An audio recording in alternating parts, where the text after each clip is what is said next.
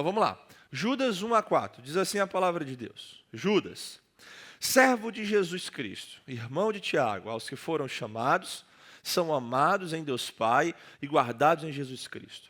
Que a misericórdia, a paz e o amor lhes sejam multiplicados.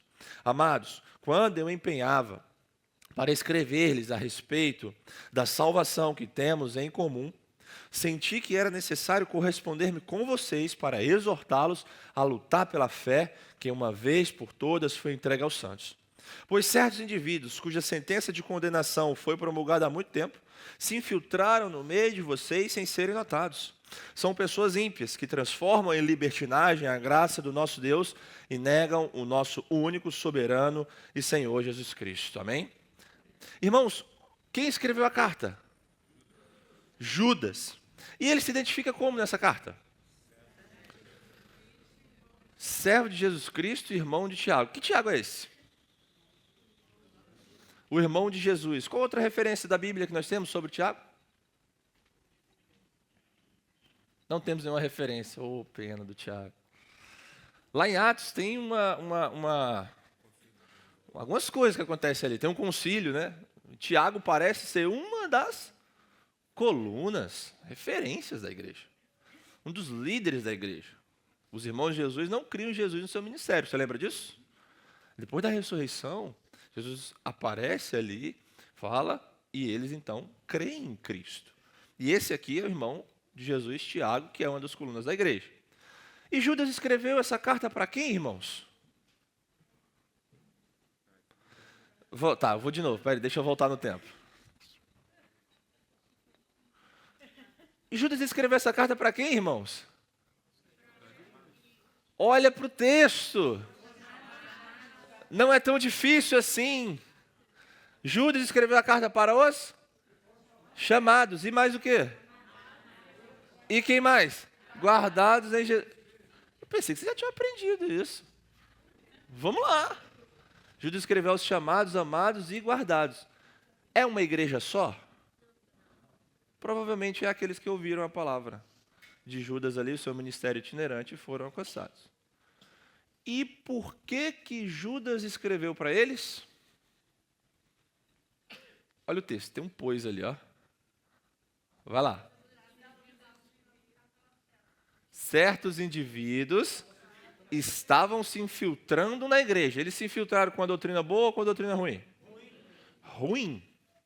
Então Judas está escrevendo porque tem gente que é falsa, os falsos mestres se infiltraram na igreja. E ele escreve a fim de quê? Exortar os irmãos a quê? Lutar pela fé, a batalhar pela fé. E eles vão batalhar pela fé denunciando os falsos mestres, ao mesmo tempo que se enchem da doutrina verdadeira, que lembra da doutrina apostólica, da doutrina do Senhor Jesus Cristo. Ok? Tudo bem? Então a gente continua. Vamos lá. Vou ler de novo. Presta atenção. Embora, agora 5-7, outra aula que a gente teve. Embora vocês já estejam cientes de tudo, de uma vez por todas, eu quero lembrar-lhes que Jesus, tendo libertado um povo, tirando-o da terra do Egito, destruiu depois os que não creram. E a anjos, os que não guardaram o seu estado original, mas abandonaram o seu próprio lugar, ele tem guardado sob trevas, em algemas eternas para o juízo do grande dia. Igualmente, Sodoma, Gomorra e as cidades vizinhas, que também se entregaram à imoralidade e adotaram práticas contrárias à natureza, foram postas como exemplo do castigo de um fogo eterno. Judas está continuando o seu argumento e agora ele traz três exemplos de castigo, de pessoas que foram castigadas lá no Antigo Testamento em anos passados. E quais são os três exemplos de Judas em ordem? O primeiro, o povo que saiu do Egito. Perfeito. O segundo, os anjos que se rebelaram contra Deus. E o terceiro? Perfeito. Esses exemplos eram novos para aquelas pessoas? Como é que vocês sabem disso? Porque eles já estavam cientes, está no texto, né? Olha lá. Vocês já estão cientes de tudo de uma vez por todas, só estou lembrando. Então eles já conheciam, ok? E qual foi o pecado do povo, especificamente, irmãos, que Judas aponta aqui? Eles não creram, né? Foi incredulidade. Qual foi o pecado dos anjos? Eles não guardaram o seu próprio lugar, o seu estado original. Rebeldia, sim, está ali envolvido. Eles se rebelaram contra a autoridade de Deus. Deus falou, ó, vocês têm que fazer isso e têm que ficar aqui. Eles falaram, nós não vamos fazer isso e não vamos ficar aqui. Eles se rebelaram contra Deus, perfeito. E qual foi o pecado principal de Sodoma, Gomorra e cidades vizinhas? Imoralidade. Então Judas fala de incredulidade, Judas fala de rejeição à autoridade, Judas fala de imoralidade. Eles foram castigados. E por que Judas está falando isso? 8-11. Olha só a comparação que ele vai fazer, presta atenção. Do mesmo modo, também esses, quais sonhadores, contaminam a carne, rejeitam a autoridade e insultam os gloriosos seres celestiais. Contudo, nem mesmo o arcanjo Miguel, quando entrou em conflito com o diabo e discutia a respeito do corpo de Moisés, ousou pronunciar sentença difamatória contra ele. Pelo contrário, disse, o Senhor repreenda você. Esses, porém, quanto a tudo o que não entendem, difamam, e quanto a tudo o que compreendem por instinto natural, como animais irracionais, até nessas coisas se corrompem. Ai deles, porque seguiram o mesmo caminho de Caim, e movidos por ganância, caíram no erro de Balaão, e foram destruídos na revolta de Corá. Judas diz assim, do mesmo modo também esses. Ele faz uma ligação, ele está trazendo exemplos de juízo, e agora ele faz uma comparação, uma aplicação para o seu tempo. Quem são esses, irmãos, que Judas levanta aqui? Os falsos mestres, exatamente. Judas traz exemplos de castigo, exemplos de juízo, exemplos de pessoas que foram condenadas, destruídas por Deus, e ele diz assim, do mesmo modo também esses. Esses quem? Os certos indivíduos, que se infiltraram no meio de vocês com dissimulação. Esses indivíduos, da mesma forma, eles se comportam de modo parecido. E eles vão ser julgados pelo Senhor. É isso que ele está colocando aqui. Esses indivíduos, eles cometem, de forma geral, 3 pecados. Quais são eles que Judas levanta? Contamina a carne, rejeita a autoridade e insulta os seres celestiais. Eles rejeitam a autoridade. Eles têm imoralidade nas ações deles, no coração deles. Eles são imorais em suas práticas. E eles insultam, eles difamam. O pecado da boca, claro, que brota do coração. Eles fazem isso com a sua doutrina, com as suas práticas. Eles não são gente crente de verdade.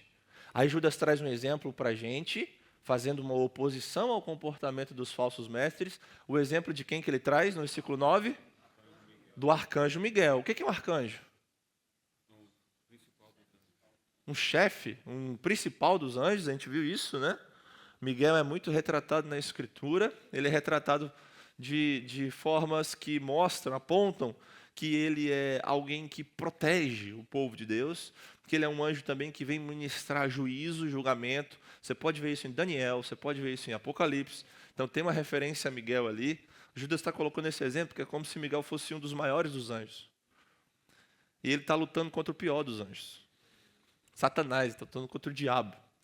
Nesse momento, o texto diz que, nem mesmo naquela situação, ele ousou pronunciar uma sentença difamatória, no sentido de, olha, eu vou fazer isso pelo meu poder, ou porque eu sou o superior dos anjos, eu vou lá e vou dizer uma palavra contra você. Não, mas ele chama o Senhor para o debate.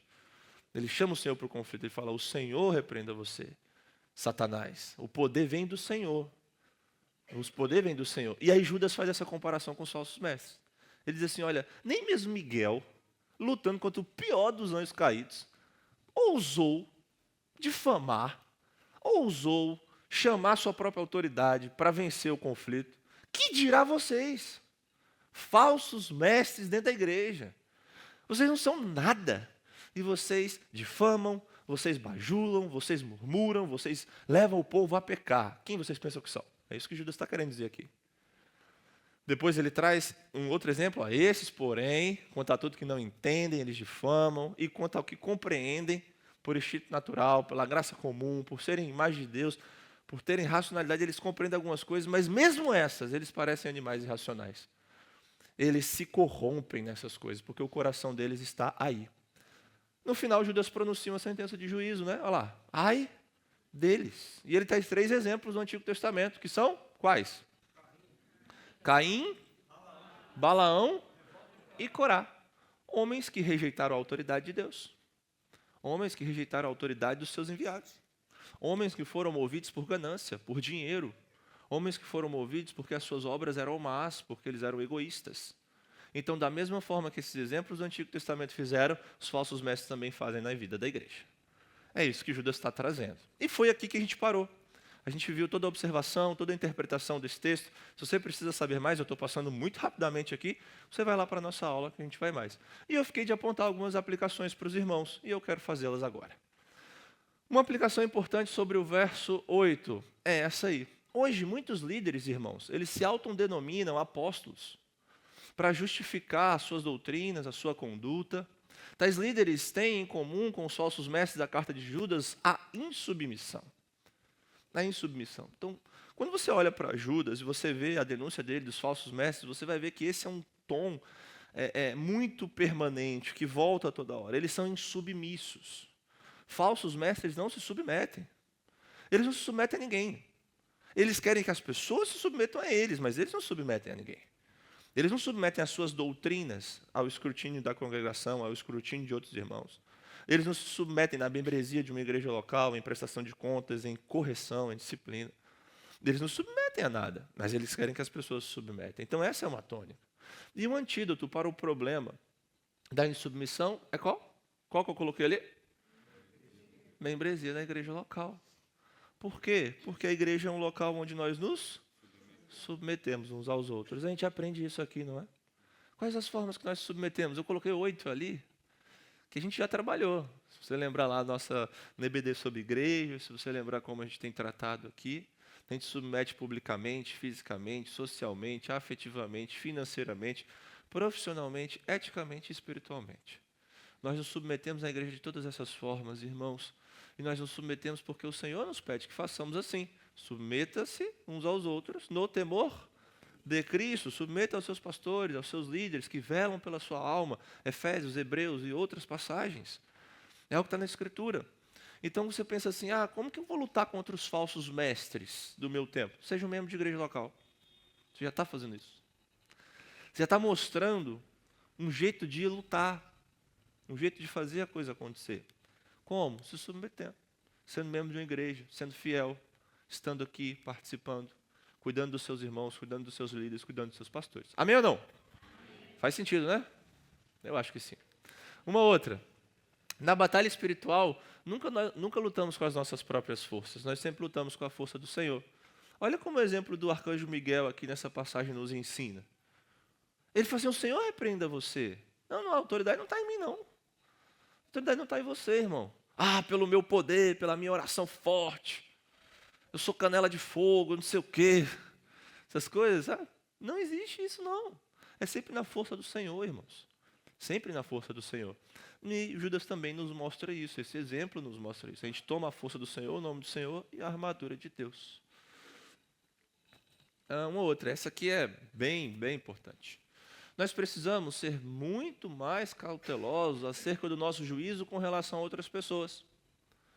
Os falsos mestres difamavam com muita facilidade e rapidez. Mas nós precisamos ter mais cuidado com isso. E pense no turbilhão das redes sociais, irmão. Pense nos tweets, fofocas, posts, vídeos, comentários, declarações sobre irmãos na fé, pastores e líderes, famílias, missionários, igrejas e organizações. Olha o que Judas está falando aqui para a igreja. Olha, nem Miguel, que é o superior, o maior dos anjos, ele ousou difamar. Por que você vai fazer isso? E ele faz isso com referências aos falsos mestres, mas isso também vem para nós com relação aos nossos irmãos. Nós não somos chamados para difamar ninguém.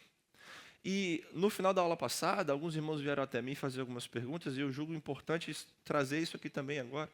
Porque os irmãos falaram assim, pastor Jonas, mas se o senhor falou esse negócio de difamação, de ter cuidado com juízo com relação a outras pessoas, como é que fica a denúncia dos falsos mestres?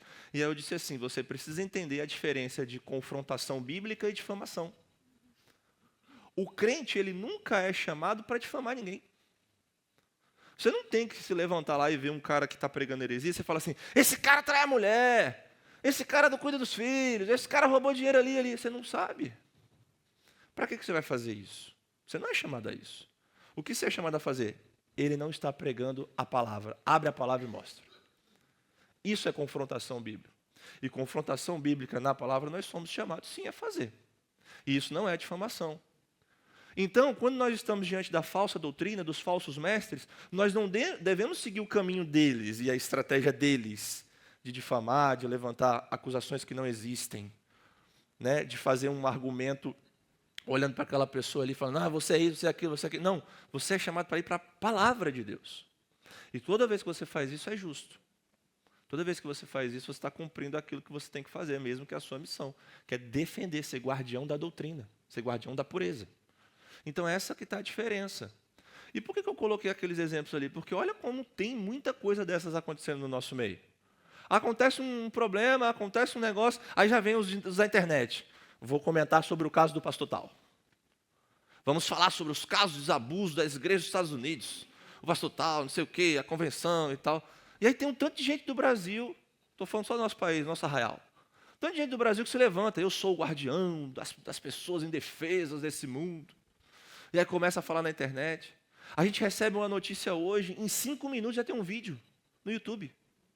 E você tem que ter cuidado com essas coisas, porque isso não é bom. Porque isso não é bom. Nem o arcanjo Miguel usou. Por que você está usando tanto assim? Essa é a repreensão de Judas. É forte, não é? E ele diz assim, olha, você tem que ter cuidado com relação a juízo contra outras pessoas. Igrejas, pastores, líderes, organizações. Nossa cultura é muito rápida, né? Aí você tem lá um influencer, ele quer logo falar. E aí às vezes fala que não sabe. No lugar que não é o apropriado. Toma cuidado com isso. Toma cuidado com isso. Uma outra aplicação desse texto que a gente viu na semana passada. Esteja muito atento e vigilante aos pregadores e à pregação difundida em nosso tempo. Cuidado com homens ímpios que desejam fazer cair o povo de Deus. Nós devemos nos opor a pessoas desse tipo na igreja. É consequência do que nós temos falado aqui. Mas aí eu coloquei um pouquinho mais sutil essa, ó. Porque você vai falar, não, mas isso aí eu já sei, né, pastor? Eu tenho que me opor ao pregador da prosperidade. Eu tenho que me opor ao cara que fala, me dê R$100, você ganhará 1.000. Isso é muito na cara, né? Mas esteja atento às sutilezas. Esteja atento e vigilante com as sutilezas das doutrinas antibíblicas pregadas em nosso tempo. Olha lá o tanto de exemplo que eu coloquei. Eu estava pensando em algumas delas. Por isso que eu coloquei ali. A pessoa vira para outra e diz, você fez por merecer. Você lutou muito para chegar até aqui, conquistar isso. Excluindo a graça de Deus do processo. Isso é perigoso, cuidado com isso. É claro que existe esforço, é claro que existe trabalho, é claro que existe o princípio de você planta e você colhe na Escritura. Não estou dizendo que isso não existe, mas tome cuidado com essas coisas. A ideia da família perfeita, o marido, o provedor. Aí a esposa fala, não vou fazer nada da minha vida. É isso, essa é a minha porção na terra. Eu preciso de um homem que faz isso tudo para mim, porque eu não quero fazer nada. E aí você vai e se dobra para a preguiça. Na verdade, o casamento, a vida no lar, não é nada disso. Fale com uma pessoa casada e você vai ver que não funciona assim. Se a pessoa trabalha fora ou se a pessoa não trabalha fora e trabalha dentro de casa, não é por aí. A conquista do casamento, a esposa troféu, né? Não sei o quê. O marido faz tudo para mim, eu só estou ali, vou ficar bonita, ir para a academia e fazer bolo, não sei, essas coisas aí. Fazer bolo e academia, né? Tem que ser light o bolo. O estar apaixonado, o amor romântico, prosperidade sexual. Eu vou fazer tudo certinho. E aí, prosperidade sexual no casamento. É isso, excluir a graça de Deus também. Sou reformado, quem não é reformado não é meu irmão, excluindo outras tradições protestantes, né, da cristandade e tudo mais. Tudo isso você tem que ter cuidado, são sutilezas. Porque você fala, não, eu não vou cair. O Benihim eu sei, olha lá, ele está fazendo aquilo. Ó. Ele cospe no povo, passa o jaleco, então tudo bem, isso aí eu não vou cair. Mas talvez você vai cair em outras sutilezas. Tá? Seja humilde, cuidado. Judas está aí para te alertar. E por fim, lute para proteger a doutrina bíblica pregada em sua igreja local. Use os meios bíblicos para isso. Prestação de contas, membresia da igreja, submissão, aconselhamento, exortação em amor, oração, meios bíblicos. Usa os meios bíblicos e proteja a doutrina da sua igreja. Algumas aplicações da semana passada. Amém? Sim ou não? Não deixei vocês falarem muito tempo agora, mas agora entra vocês, porque eu precisava passar essa parte. Agora entra vocês. Novamente, só para relembrar, o OIA, porque teve gente que chegou atrasada aí. Não vou nem apontar com o meu laser aqui. Tô brincando. Observação, o que o texto diz. Interpretação, o que o texto significa.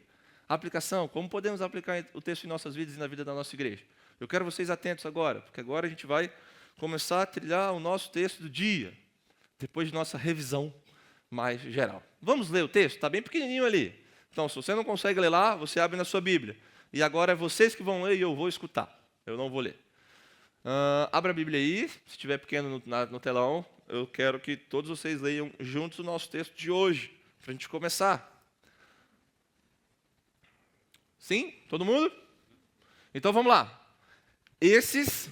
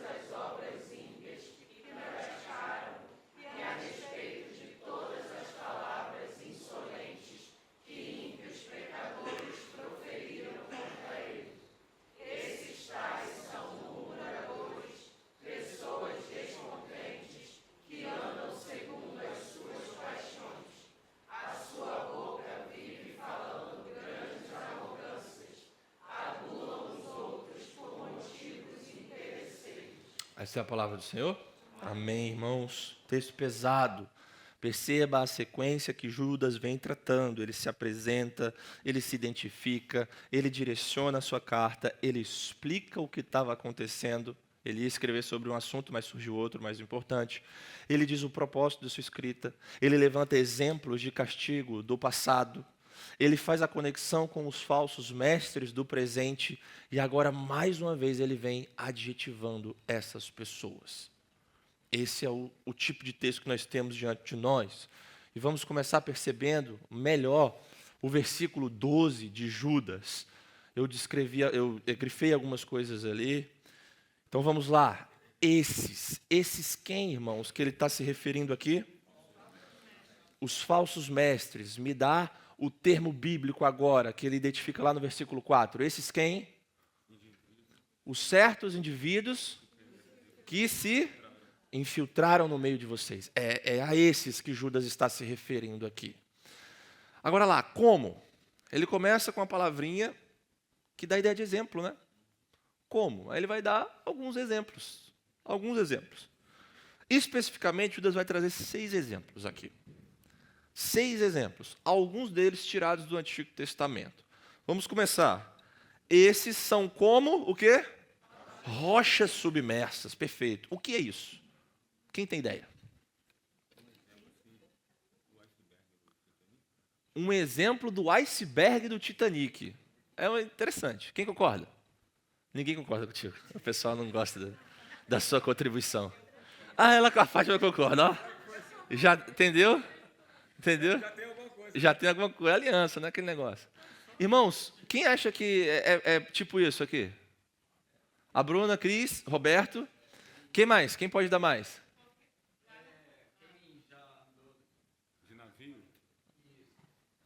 Quem já andou perto de arrecifes, assim, você tem medo, né, de tropeçar numa pedra, cair ali. Boa. Então isso é como uma rocha submersa. Boa. Bruna?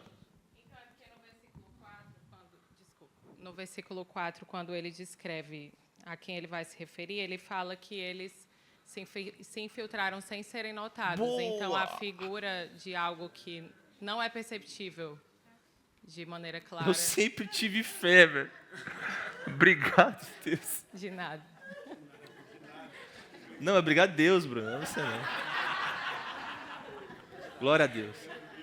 Exatamente isso, irmãos. Rochas submersas aqui é uma palavrinha que pode ser traduzida também como recifes. Rochas que estão afundadas, né? Rochas ocultas ou manchas também. E aí eu já vou trazer um pouquinho de interpretação, porque a gente precisa para a gente ir caminhando melhor. Então eu vou mesclando aqui, tá? Mariana falou um negócio aqui, então tem que ouvir, peraí. Fala, Mariana. É que o Cris falou do iceberg, mas o iceberg também você acha que é só aquilo ali, mas... Exatamente. O iceberg você acha que é só aquilo ali, mas tem mais embaixo. Essa foi a ideia que ela trouxe. Então, irmãos, ele pode ser traduzido como manchas, rochas ocultas, recife, e significa realmente uma mancha na igreja. Então, Judas está dizendo assim, ó, esses aí são como manchas na igreja, e mais, eles são como rochas ocultas que destroem os navios, que se aproximam deles, que chegam perto demais. Então, eles se infiltraram com dissimulação, sem serem notados. Então, eles são rochas submersas. Olha que legal o paralelo, lá do versículo 4. E vocês precisam, então, fazer o quê? Tomar cuidado com eles. Ele já começa assim. Vamos continuar. Esses são rochas submersas. No que eles são rochas submersas? Qual é o exemplo que ele traz? Festas de fraternidade. O que são festas de fraternidade? Festa de fraternidade é a ceia? Festas do povo, festa de comunhão, exatamente. Tem uma referência lá, só para você anotar, a gente não precisa ir lá. Mas em 2 Pedro 2,13 tem uma referência a essas festas também. Que é exatamente isso, são festas de comunhão. É o povo de Deus se reunindo para celebrar a comunhão que eles têm. Inclusive fazer a ceia também. Eles faziam a ceia ali. Eles partilhavam o pão e o cálice. Então essa referência quer dizer dessas festas. Essas são organizações da igreja, comunhão da igreja. E tem ali a celebração da ceia do Senhor. Essas são as festas. Então eles se infiltram como rochas submersas nessas festas. Sabe? A gente foi lá para um sítio, fazer uma festa de comunhão da igreja. Aí tá lá. A gente veio aqui na ceia do Senhor, primeiro domingo. Tá, eles estão aqui. Então eles estão nesses momentos. E como eles participam desses momentos? Banqueteante vai sem qualquer receita. Consciência limpa. Tá tranquilo. Tá ali no meio, tá, pessoal. Aí fala contigo, te dá um abraço, pergunta como é que tá o Pedrinho, Fábio. Tá bem? Ali, tá bonito, ali, vestido bonito.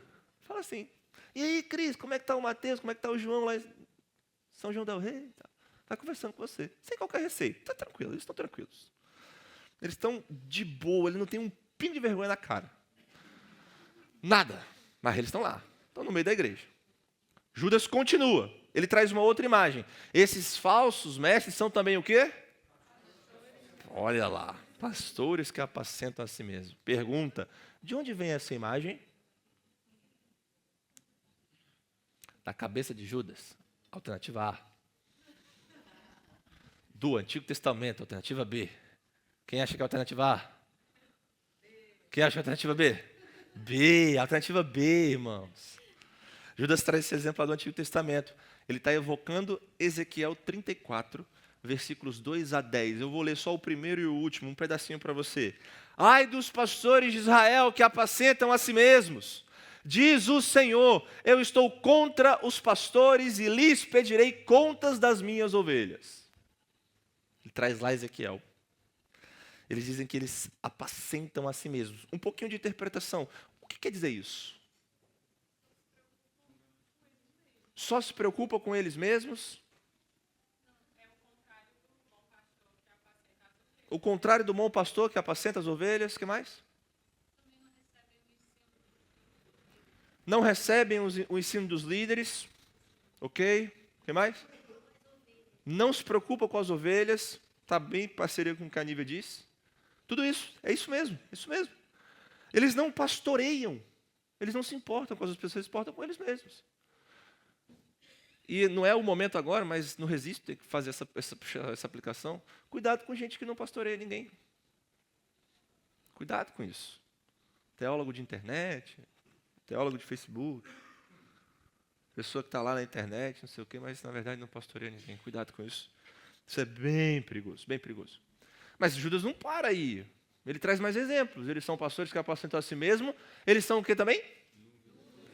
Nuvens sem água, impelidas pelos ventos. O que quer dizer essa imagem? Um pouquinho de interpretação também. O que quer dizer nuvem sem água impelida pelo vento? Não serve de nada, tá, mas está muito vago ainda. Não serve de nada, está vago. Precisa de mais. O que traz descanso para o solo? A água. E essa nuvem tem água? Não. Mas quando vem uma nuvem no céu, o que você pensa que ela tem que trazer? E aí a nuvem traz chuva? Então é como se eles prometessem algo e não cumprissem. Eles prometem e não cumprem. Então essa imagem aqui está trazendo assim, olha como eles são hipócritas. Eles prometem e não cumprem. Eles dizem assim, ó, vocês vão ter uma super vida espiritual, mas são nuvens sem água. Eles trazem uma esperança de chuva, mas eles não trazem a chuva. Eles dizem assim, olha, vai chover. Se você fizer isso, você vai ganhar isso. Sabe? Não acontece hoje, né? Acontece demais, né? Ó, você vai fazer isso aqui, não sei o quê. Os 5 passos para você conquistar um lá, não sei o quê. Os 10 passos para você ser um homem assim, não sei o quê, não sei o quê. Os 10 outros passos para você fazer a mulher mais feliz do mundo, não sei o quê, tal. E aí você fala, é isso que eu preciso, meu Deus. Aí você salva o post. Você envia para uma amiga. Você envia para um amigo, Cristiano, agora você vai ver o que é ser um homem segundo a palavra de Deus. E agora você vai descobrir, você não precisa de igreja, você não precisa de submissão, você não precisa de liderança, você só precisa ver o post. Aí, tá aí, ó, Judas, nuvem sem água. Nuvem sem água. E de onde ele traz essa imagem? Da cabeça dele? Alternativa A. Alternativa B. Do Antigo Testamento, o que vocês acham? B do Antigo Testamento, Provérbios 25:14. Lá em Provérbios 25:14 diz sobre nuvens sem água e ventos que não trazem a chuva. E é como se eles prometessem presentes e eles não entregassem os presentes. Olha só que imagem poderosa, né? Judas poderia falar, como a gente está falando aqui em não sei quantas mil palavras, ele só coloca, eles são nuvens sem água. São nuvens sem água. Acaba aí? Acabou aí ou não? Tem mais? Tem mais? O que é? O que eles são também? Faz o texto completo. Eles são o quê? Que em plena estação dos frutos...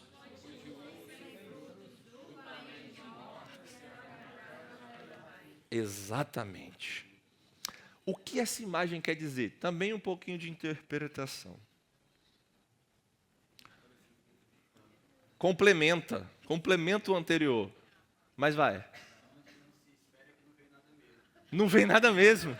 Então ele está reforçando, exatamente, ele está complementando. Ele diz assim, você não espere nada de bom, porque não vai vir. Não vai vir. O que mais? Quero mais. Vai. Uma boa referência à figueira murcha. Alguém falou de Jesus aí? Glória a Deus. Amém. O que você falou, Graça? Boa, Graça. Muito bom. Ele está trazendo o exemplo que Jesus traz. E qual é o exemplo que Jesus traz? A figueira. Mas tem um outro momento também que Jesus faz um paralelo com isso aqui. Deixa eu trazer a memória. Toda árvore boa produz o quê? E a árvore ruim? Cortada e jogada aonde? No fogo. Olha o que Judas diz. São árvores que, em plena estação dos frutos. O que quer dizer essa expressão? Quer dizer assim, ó, eles têm que produzir algo. É o momento ideal. É o momento perfeito. Eles não produzem. Eles estão sem frutos. Aí ele traz uma ênfase. Duplamente mortos. Ele poderia falar só mortos, mas ele traz ênfase. São duplamente mortos. E são arrancados pela raiz. Eles estão na raiz verdadeira? Então o que Jesus está querendo dizer para a igreja? Eles não são crentes, ora! É isso. Eles não estão na videira. Eles não estão na videira. São arrancados pela raiz. E aí Jesus acaba lá em Mateus 7:20, dizendo assim, pelos seus frutos vocês os conhecerão. Os falsos mestres possuem vida improdutiva. Sim. O duplamente mortos significa que Judas está dando uma ênfase a mais. Ele simplesmente poderia falar assim, eles são mortos. Mas ele quer ressaltar. Eles são duplamente mortos. Tem como alguém morrer 2 vezes? Mas é uma ênfase do texto, não é literário aqui. Duplamente mortos, é isso. O que ele está dizendo assim, eles são improdutivos. E quem não produz fruto não é verdadeiro. Cuidado, irmão, você precisa produzir frutos. Olha, eu estou aplicando, não posso fazer isso. Ai, meu Deus. Observa. Fala. De parecer que é vivo, porque a pessoa que nasceu de novo, ela é viva. Só que, na verdade, ela só parece que está viva, mas ela é morta de qualquer forma. Sim, pode ser também. Eu creio que pode ser. No sentido deles passarem uma aparência de alguma coisa e, na verdade, não. Está envolvido no contexto. Ok, vamos seguir, porque não acaba aí. Vamos seguir. Ele traz agora no 13. Vamos para o 13? Acompanha aí. Esses também são o quê? Isso aí. Eles são ondas bravias. O que é isso? Vocês não sabem o que são ondas bravas no mar, né? É muito difícil. É muito complicado. O que é uma onda brava no mar? Por que a gente está colocando isso aqui? Fazem barulho? Boa. Agitam, exatamente. Essas são as ideias que Judas está trazendo. Isso. Foi muito boa essa contribuição. Dá um abraço nela, dona Léa. Isso. Eles impõem um certo temor, uma pompa. Eles prometem um ministério poderoso. Um ministério pomposo. Uma onda brava no mar, meu Deus, ela causa até temor na gente. Mas eles são causadores de estrago e vergonha. E por que eu estou falando isso? Olha lá, as ondas bravias do mar fazem o quê? Sujeira, imoralidade. Uma hora ou outra, os falsos mestres vão mostrar sua sujeira. Entendeu? Ondas bravias do mar. Agitam demais a igreja, mas eles causam estragos, porque ondas bravias do mar causam estrago, não é? Os navios que passam por ali. É isso que Judas está dizendo. Tem mais. Eles também são o quê?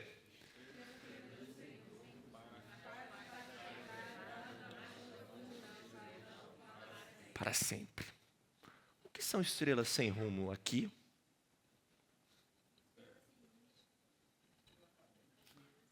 Uma estrela sem luz.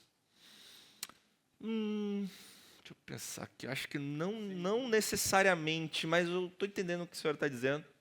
Ela não tem uma luz permanente. Vamos por ali. Calma. Boa.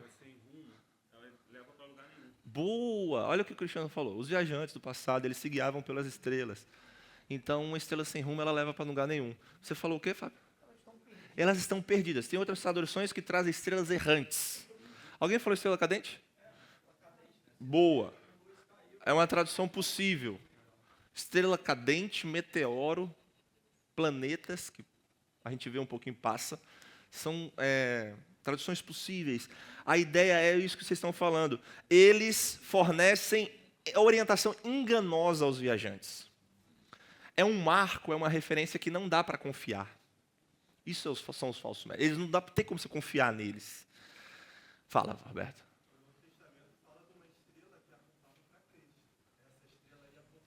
Boa.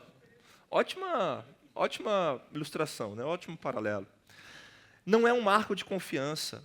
O que o texto está querendo dizer, e eu estou colocando já um pouco de interpretação aqui também, é que eles são passageiros, eles são indignos de confiança. Eles não possuem uma boa orientação para a igreja. Eles são errantes, são outras traduções. Eles não permanecem. E aí, qual que é o castigo deles? Qual que é o castigo dessas estrelas? Olha lá. Profunda escuridão e é para sempre. Então não é algo leve, é algo pesado. Vamos seguir. Agora Judas vai começar uma continuação da ideia, mas com um outro exemplo. Ele trouxe estrelas, rochas, ele trouxe as ondas, ele faz 6 ali, e agora ele traz uma profecia. Olha só o que está dizendo. Foi a respeito deles que também profetizou Enoque, o 7º depois de Adão, dizendo: eis que o Senhor vem com milhares de seus anjos. Foi a respeito deles. Quem são eles? Os que se infiltraram, os indivíduos, os falsos mestres. Olha só o que Judas está dizendo. Foi a respeito deles. Ele está aplicando a profecia. Isso aqui é uma aplicação de profecia. Que também profetizou quem? Quem foi Enoque? Nossa, muito bom. Eu estava pronto para vocês errarem essa. Mas vocês estão muito bons. Exatamente. O 7º depois de Adão. Onde que está falando? Onde que na Bíblia fala sobre Enoque? Gênesis 5. Boa, Paulo. Como é que você soube? Gênesis 21 a 25. O que diz lá em Gênesis 5 sobre Enoque? Boa. Enoque andou com Deus e depois ele não via mais porque Deus o tomou para si. Enoque foi uma das pessoas que não experimentaram a morte, justamente com Elias no Antigo Testamento. Tem outro lugar que fala sobre Enoque na Bíblia? Tem, cronologias, mas tem outro também no Novo Testamento. Só para dar uma dica aí. Qual? Uma certa galeria aí. Boa, Hebreus 11, 5. Elogia a fé de Enoque. Diz que ele agradou o Senhor. É por isso que ele foi trasladado. Ok. Então esse é Enoque. 7º depois de Adão, esse rapaz aí. E Enoque diz o que em sua profecia? Olha lá o texto. O que ele diz na profecia? Na profecia de Enoque, quem vem? O Senhor. E ele vem acompanhado de quem? Milhares de seus santos. Exatamente. Esses santos podem ser, um termo na Bíblia que se refere tanto a cristãos, homens, quanto a anjos. Aqui provavelmente é os anjos. Nessa ideia de anjos que vêm como mensageiros do Senhor, mensageiros de julgamento. Tem outras passagens da Bíblia, Zacarias, Daniel, que também mostram isso. Então provavelmente é isso. Aí olha só que Enoque profetiza. Ele vem com seus anjos para quê? Todos os ímpios. Parei. Eu sei que vocês estão treinados já, mas parei. Ele vem para exercer juízo contra todos. Convencer todos os ímpios. Convencer de quê? Olha lá. Que praticaram. E a respeito de?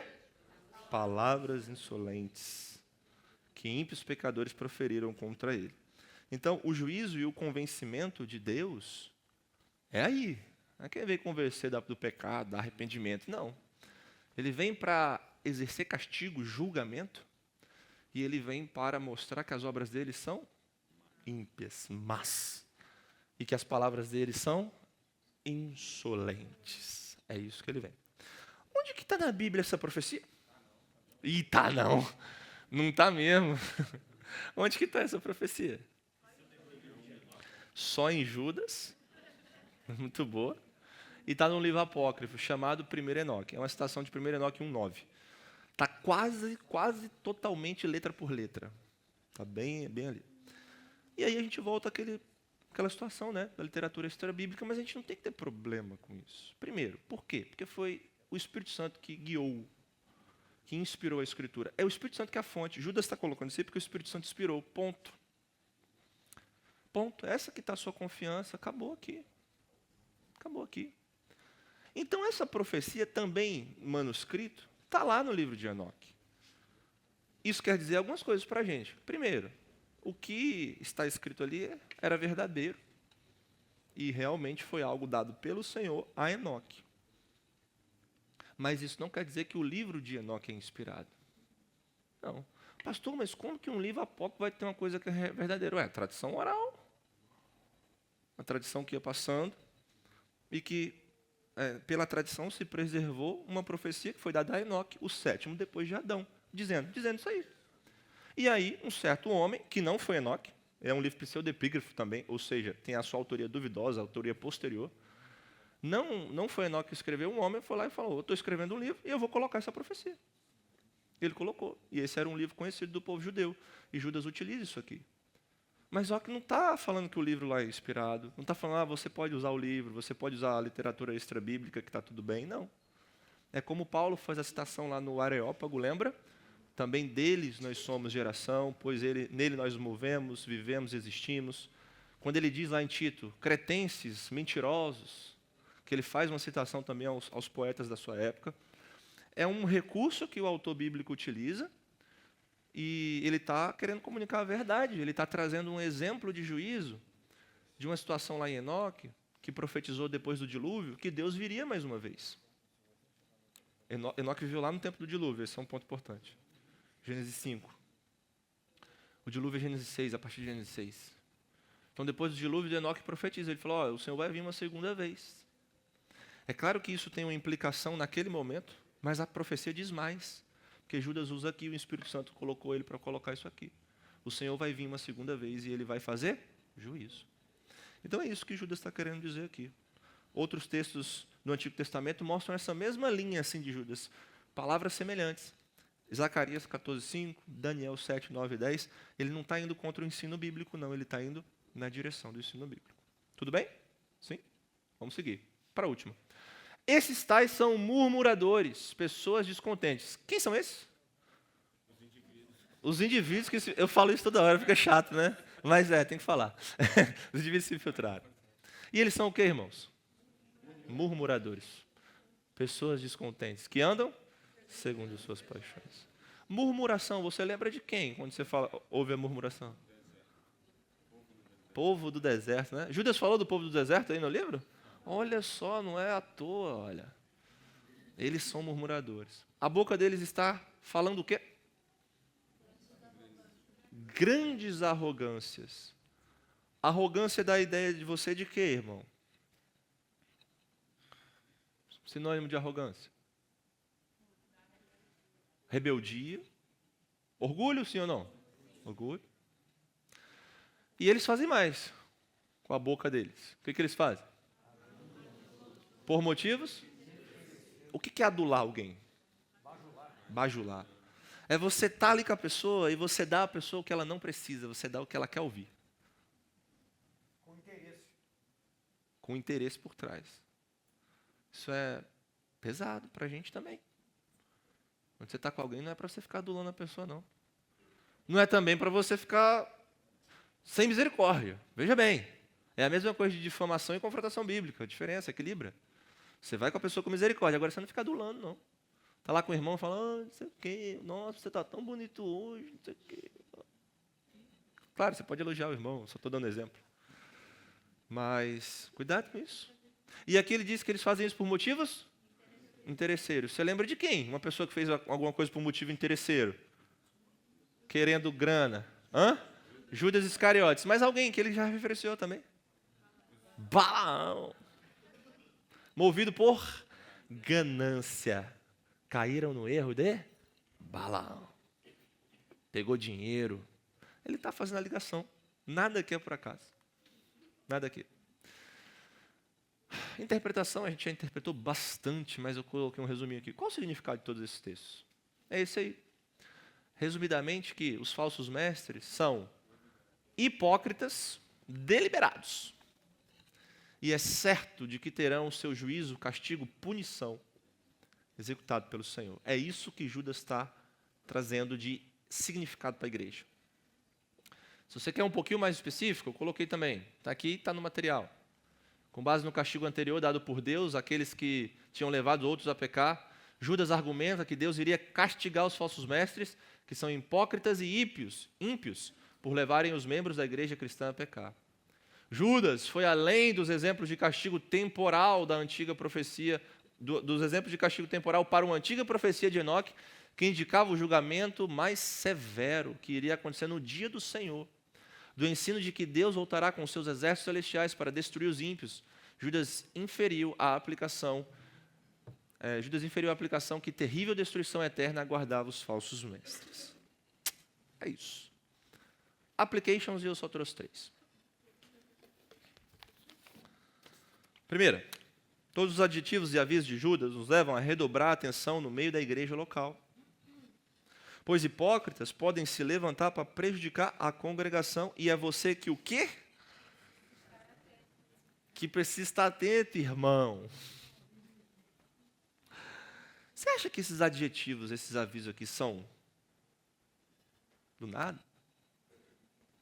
Você acha que Judas é um escritor literário que está tentando impressionar simplesmente seus ouvintes? Ele está tentando falar com você. E ele está tentando impactar você. Ele está tentando mostrar seriedade para você. É perigoso seguir falsos mestres. É perigoso ouvir falsos mestres. É perigoso estar perto de falsos mestres. Tudo é perigoso. Você tem que estar cuidado total.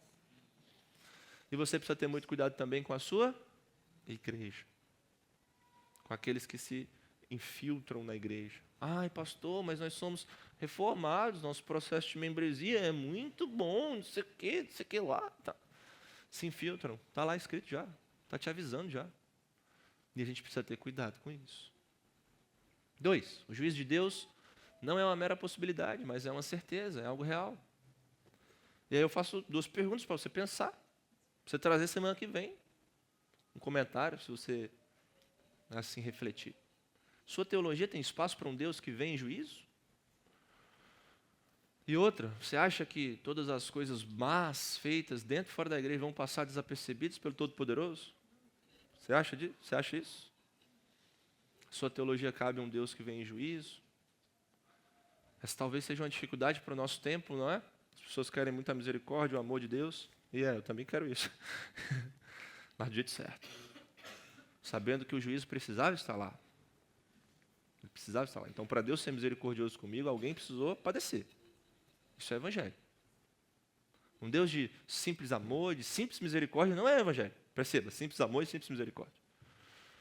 Mas para ele ser misericordioso, ele precisou castigar alguém.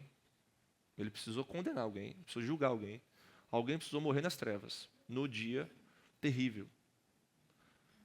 No dia terrível. Alguém precisou beber o cálice.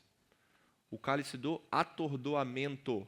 O cálice que lá no Antigo Testamento diz que fazem as pessoas dilacerarem os seus seios. Pastor, mas que imagem difícil. Está na Bíblia. Eu quero pintar a sua imaginação com a imagem bíblica. E o cálice é tão pesado que faz as pessoas fazerem isso, dilacerarem os seus seios. O que está na Escritura. Alguém precisou tomar esse cálice para que eu e você estivesse aqui, recebendo a misericórdia de Deus. Você acha que Deus vai deixar passar desapercebido? Aqueles que não recebem o Evangelho, aqueles que não recebem a misericórdia e o amor de Deus nesses termos? Reflexão para você. 3, Judas nos dá esperança. O grande pastor cuida, guia, orienta a sua igreja. Olhe para os inúmeros exemplos e explicações. Olhe para o refinamento dos detalhes e modos de atuação. Está tudo aqui. Deus não nos deixou sem rumo, Ele nos avisa, Ele nos chama à vigilância. E Ele nos mostra também que o seu juízo e justiça será totalmente realizado no final. Isso nos dá esperança. Nós temos um pastor que cuida das suas ovelhas e que no tempo certo fará justiça. Nos termos dele, não nos seus. Sua justiça é fraca demais. Se você algum dia botou a sua cabeça no travesseiro e falou assim, Deus, a justiça, achando que a sua justiça é melhor que a de Deus, vá para o Evangelho, vá para a palavra de Deus e você vai ver. A sua justiça é fraca. A justiça de Deus é a justiça verdadeira. Hoje é tempo de misericórdia, mas um dia essa justiça será cumprida cabalmente. Não brinque com isso. Não brinque com isso. Não brinque com isso. E aplique tudo isso na vida da igreja. Amém? Eu precisei correr um pouco. Correr assim, né? Não dá muito espaço para vocês falar, que vocês falam muito. Para a gente poder ir. Irmãos, o livro de Judas é preciosíssimo. É preciosíssimo. E eu tenho aprendido muito com isso. Eu encorajo que você mergulhe lá. Olha o tanto de coisa que a gente pode extrair. Só tem uma folha. É uma folhinha. Um lado e outro. E olha o tanto de riqueza e preciosidade. Maravilha. Você tem uma tarefa para a semana, memorizar Judas 12 a 16 e ler o livro inteiro mais uma vez? Eu te encorajo a fazer isso. Olha, a gente já está batendo no texto aqui, ó. Pega lá, lê uma vez, lê duas. Acho que eu já li os versículos, eu fico lendo. Aí eu paro, imagino, aí depois eu vou ler de novo e vou tentando decorar também. Pastor, não decorei nada ainda. Vai para os primeiros versos, 1 a 4. Começa lá. E vamos seguindo. Essa semana tem 12 a 16. Vai revisando os anteriores. Fica com medo não. Faz parte, faz bem para a igreja. Vamos orar? Obrigado, Senhor, por tudo que o Senhor tem nos dado. Obrigado pela epístola de Judas. Obrigado por todo o ensino da Escritura. Edifica o nosso povo e nos ajude, Senhor, a guardar no coração e na mente as Tuas palavras. Em nome de Jesus, amém.